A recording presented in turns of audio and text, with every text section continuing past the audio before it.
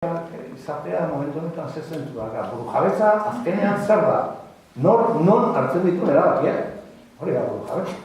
Orduan, ez da oso zaila ulertzea, eta horregatik esaten dugu.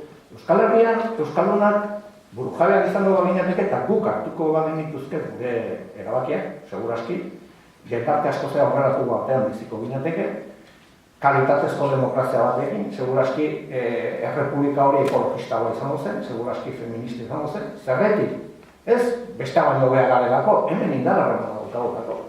Eta indarrarreman onak ditugunez, herri mugimendutik, mugimendu sindikaletik eta barretik, posible izango genuke hori egitea, ez?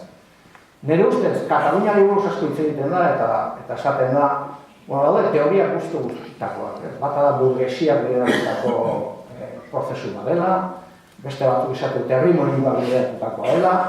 Nik uste dut Katalunian zerretik Katalunia pasatzen da independentismoa beneko 12-tatik eguneko ia 50. Nire ustez jendeak ulertu durako gauza oso simple bat, eta da, errepublika bat egiten balin badugu, arazoi bestera batetara ingo dugu.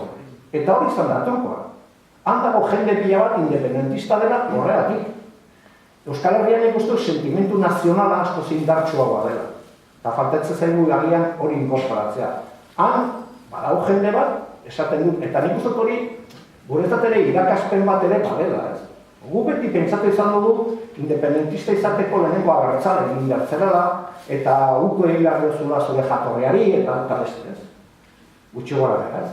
Eta han, badago jende pila bat, espainola sentitzen dena, espainola dena, ez dela nola baitere nazionalki bere burua zalantzan jartzen duna, baina esaten duna, ni nahi, Katalunia Republikan bizi, asko zobeto biziko garelako eta gure eskubideak bermatu izan delako. Eta ez nahi zeiari luzatuko, o ez nahi zerroiatuko baina. Nik beti Gibraltarren adibidea jartzen dut.